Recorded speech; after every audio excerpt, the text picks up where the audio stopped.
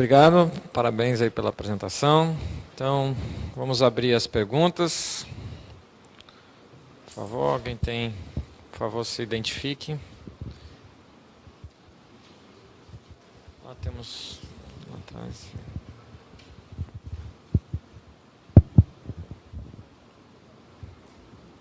Boa tarde. Aqui. Meu nome é Rafael, sou estudante de Engenharia Ambiental e Sanitária. Eu gostaria de saber qual é o tempo de vida útil das placas fotovoltaicas e depois que é passada essa vida útil, qual o destino que se dá para tais equipamentos?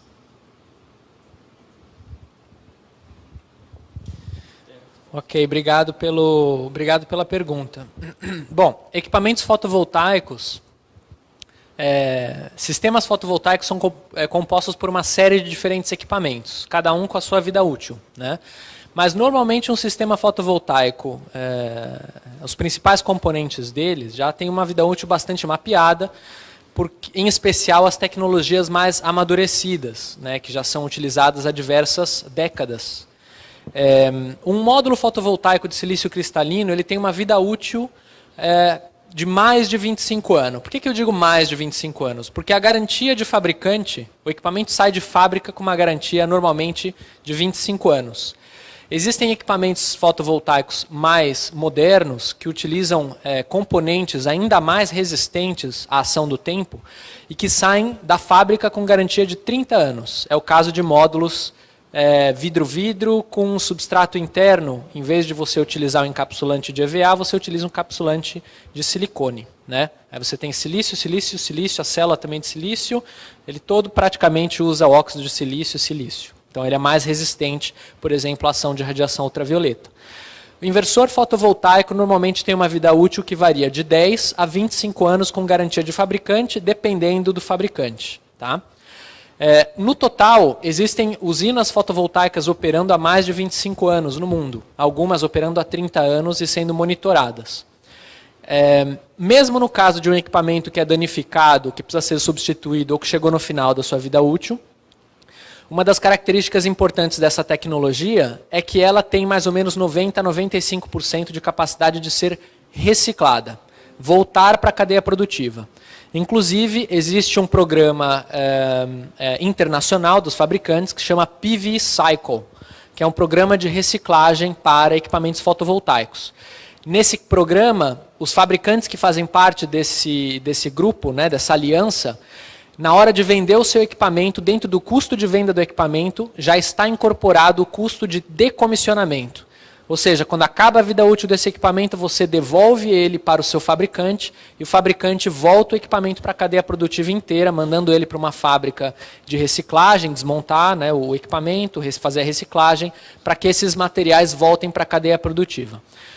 Por que o setor fotovoltaico toma todo esse tipo de cuidado? Porque esse é um setor que nasceu e respirou sustentabilidade desde os seus primeiros dias. E quando a gente fala sustentabilidade, não é só pensar o equipamento operando, mas é pensar o equipamento em toda a sua vida útil, né? Outras tecnologias de filme fino, tecnologias orgânicas, podem ter vidas úteis diferentes para os seus equipamentos, tá? Mas existe uma grande pressão de mercado para equipamentos com longa vida útil. E essa é uma questão que fabricantes com tecnologias inovadoras de terceira geração estão também olhando, né, para que os seus equipamentos tenham competitividade e aceitação de mercado. Uma vantagem da terceira geração é que o preço é menor. Então, mesmo que o seu equipamento não tenha uma vida útil maior, dependendo da aplicação, do nicho de mercado, não é a vida útil que importa, né? Não é um equipamento que dure 50 anos que vai determinar a aplicabilidade. Quer complementar? Não, basicamente é isso. O que ele falou está absolutamente correto. Para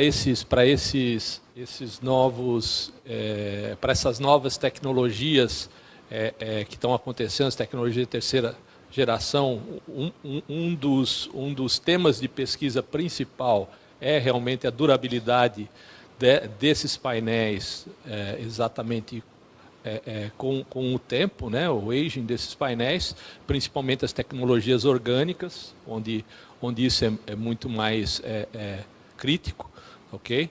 Mas essas tecnologias vão certamente encontrar o seu ponto ótimo de operação e vão encontrar o seu nicho de mercado. Ok? Isso, pessoal. Tem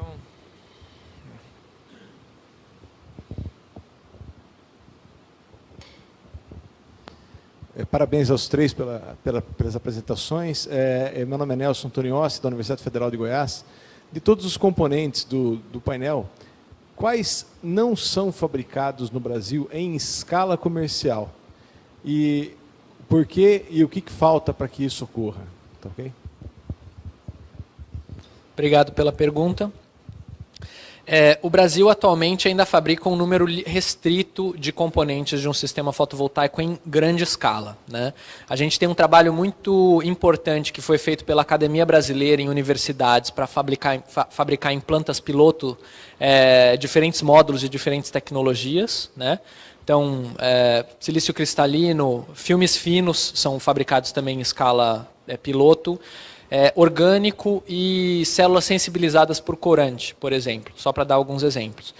Em escala industrial, a gente teve no passado uma fábrica importante, Heliodinâmica, que produziu um módulo de silício cristalino. Essa fábrica fechou as suas portas há alguns anos. No passado, ela chegou a ser responsável por uma parcela expressiva da fabricação mundial, mas infelizmente por uma série de questões de perda de competitividade, acabou não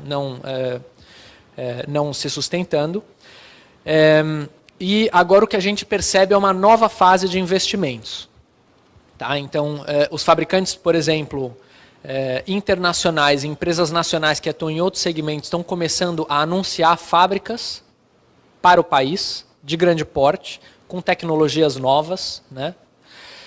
E essas fábricas devem começar a operar em 2016, em especial para atender demanda dos leilões, porque é uma demanda maior, é um volume maior, mas já focando, já com grande interesse em atender o mercado da geração distribuída, considerando que esse mercado cresce exponencialmente. Então, atualmente, temos fabricação de inversores, esse é um ponto importante, várias empresas que já atuam em fabricação de inversores de eólica ou para outras áreas estão entrando em inversores fotovoltaicos. Existem, inclusive, inversores finamizados, ou seja, já aprovados pelo BNDES para obter financiamento público, né, como equipamento nacional. O Brasil vai, em pouco tempo, começar a fabricar a estrutura de suporte do sistema fotovoltaico. É provável que a gente também fabrique cabos e conectores para essa tecnologia. Então, toda a parte elétrica e parte, digamos, de sustentação metálica, o Brasil tem total competência para fazer isso. Agora, o que a gente ainda não faz e está começando é a montagem do módulo, e o objetivo do governo federal é conseguir incentivar a montagem da célula também, que é o coração em termos de valor e em termos tecnológicos do equipamento. Para isso, o desafio é um pouco maior, a expectativa do governo federal é conseguir fazer isso até 2020, e a AB Solar ela tem ajudado no que é possível, mas é um grande desafio.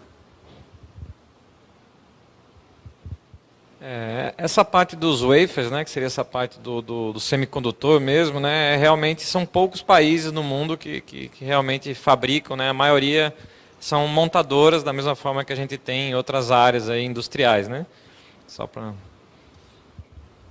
para dar um depoimento sobre isso, quando eu comecei a atuar nessa área de microfabricação, lá nos anos 80, o Brasil produzia naquela época, tinha tecnologia nacional para a produção de wafers de silício cristalino. Okay? Infelizmente, nós passamos aí anos 80 e anos 90, onde essas coisas praticamente desapareceram, por motivos vários, né? Investimento, falta de interesse do governo, falta de interesse das empresas, principalmente. Okay? Eu acho que agora nós vivemos uma nova realidade, tá? Eu acho que já tem várias iniciativas no Brasil para que essas tecnologias voltem, ou seja, para que a gente possa produzir no Brasil wafers, ou lâminas de células solares, nas várias tecnologias. Tá? E isso é uma coisa que não dá para segurar. Tendo o mercado, essa coisa vai acontecer mesmo com tecnologia nacional ou com investimento externo, trazendo tecnologia e trazendo investimento. Tem mais uma pergunta lá.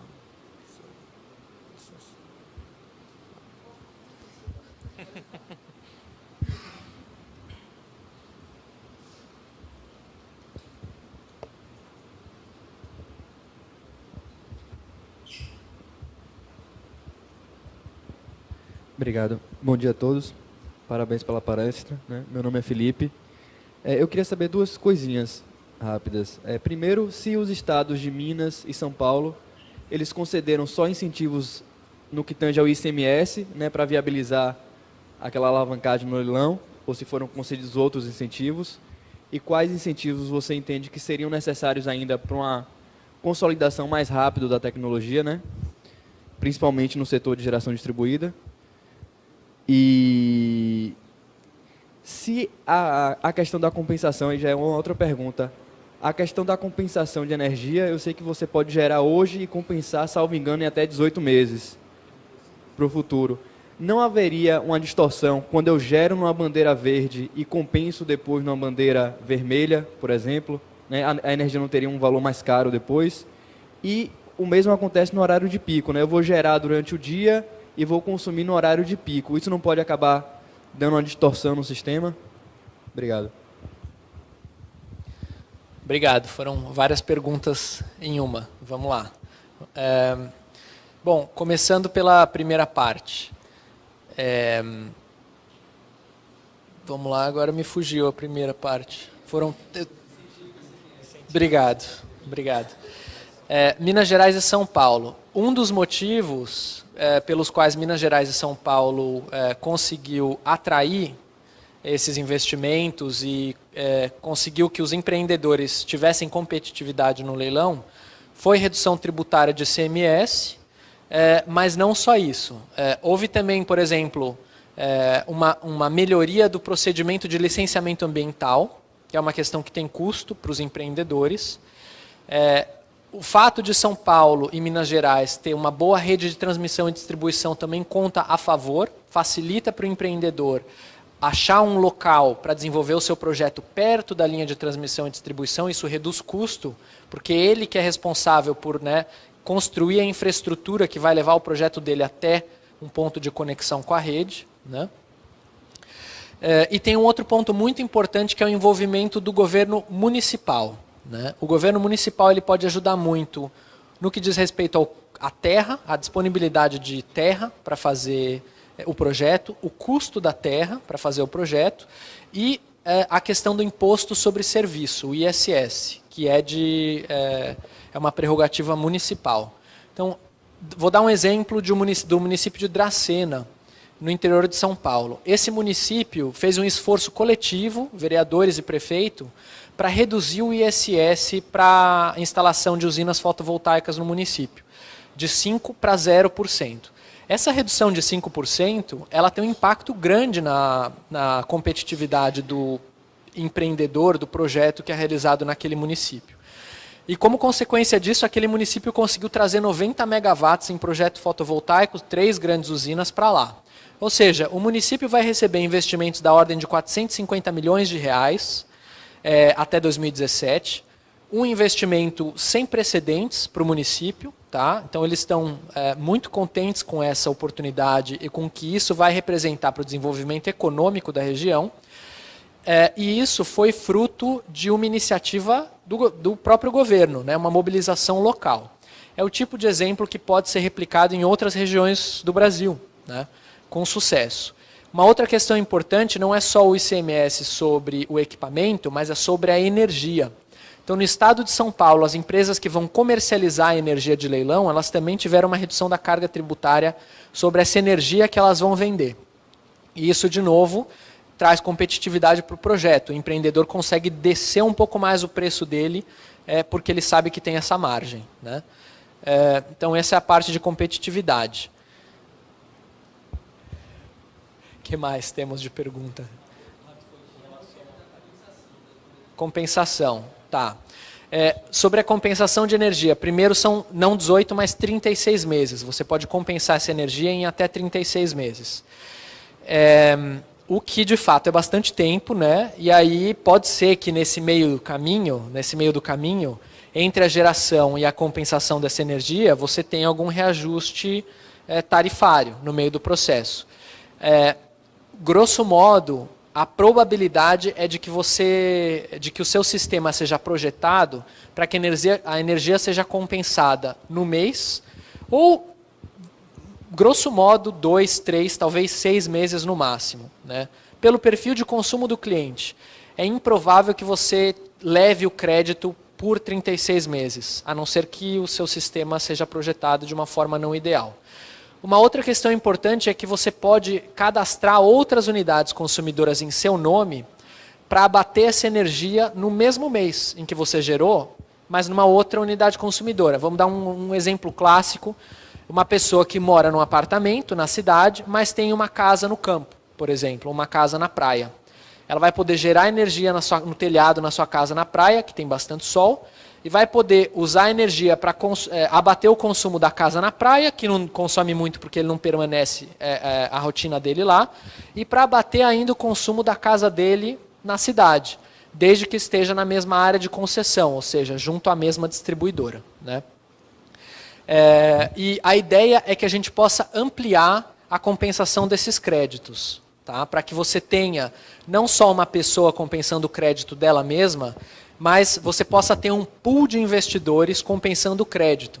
Então imagine um sistema que a gente chama sistema de energia solar comunitário, em que eu invisto um pedaço do sistema, você investe um pedaço, um banco investe um pedaço, a padaria investe um pedaço, o governo investe um pedaço, a prefeitura investe um pedaço, e aí cada um tem como se fosse uma cota do sistema, né? Uma participação.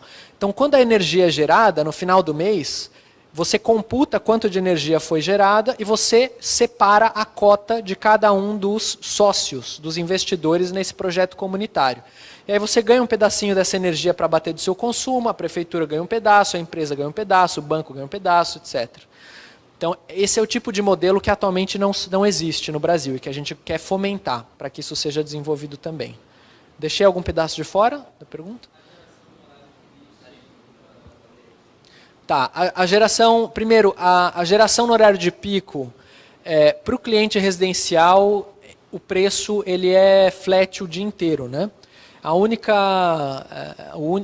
Ele não tem variação ao longo do dia do custo da energia dele.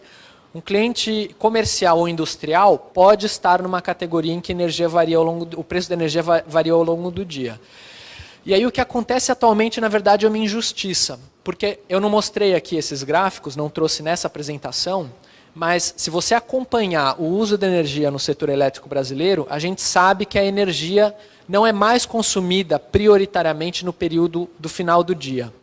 Nos meses de verão, os picos de consumo eles são no meio do dia, que é justamente quando está muito quente e quando a sociedade inteira está usando, por exemplo, ar-condicionado, sistema de refrigeração comercial, industrial, né, frigoríficos, etc.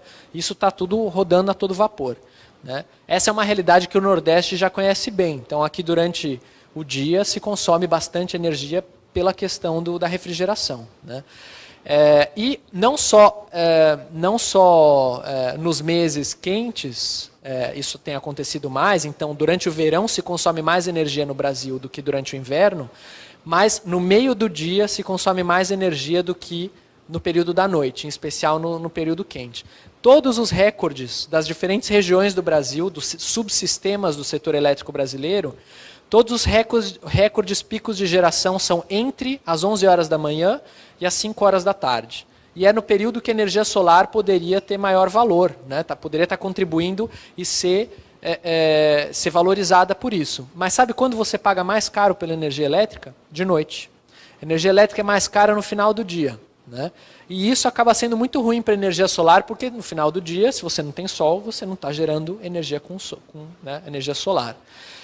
Então, a gente acha que é importante uma atualização do preço da energia, levando em consideração que o perfil de consumo da matriz elétrica mudou, né? A energia continua sendo consumida de noite, mas no meio do dia a gente tem um pico importante que não está sendo levado em consideração. Não é à toa que em janeiro desse ano tivemos uma queda importante, o apaguinho, né, desse ano importante, que aconteceu, pasmem, no meio do dia, não de noite. Já tem uma última pergunta aqui, por favor. Boa tarde. Eu queria saber, eu sou estudante de engenharia elétrica e queria saber como está a contratação de profissionais na área solar, quais são os programas de inclusão na área. Obrigado. Realmente é um momento muito interessante para a energia solar e isso traz a atenção e o interesse tanto de estudantes quanto de profissionais, às vezes já formado, vindo de outras áreas, às vezes vindo de fora do país, de outros mercados, né? E profissionais brasileiros voltados para o setor elétrico. O momento é bom, né? O Brasil está, digamos, numa crescente do uso dessa tecnologia, do mercado, e isso vai demandar cada vez mais profissionais capacitados. Existem algumas iniciativas muito interessantes e alguns cursos já estabelecidos, inclusive em nível técnico, né? Nível superior, a gente tem várias universidades do país preparando profissionais de engenharia elétrica para atuar nos segmentos de energias renováveis, através de especializações, cursos de mestrado e doutorado. Tá? Aí existe uma massa crítica boa no país. Na parte técnica, é uma área que agora está começando a ser capacitada, isso é muito importante, porque o grosso dos profissionais que atuam no segmento de fotovoltaica, eles são de nível técnico, em especial instaladores e projetistas de sistemas. Por exemplo, existem cursos do Senai, que já estão estruturados, estabelecidos, foram montados em parceria com entidades como a GIZ, por exemplo, né? Existem iniciativas no Centro Paula Souza, em São Paulo, escolas técnicas que estão começando a olhar para a energia solar.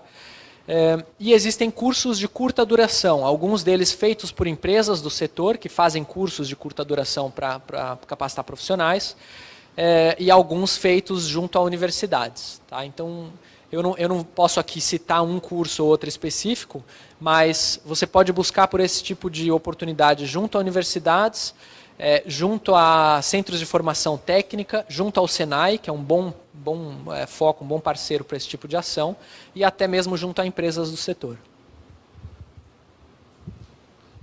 Eu queria agradecer e passar aqui para a organização.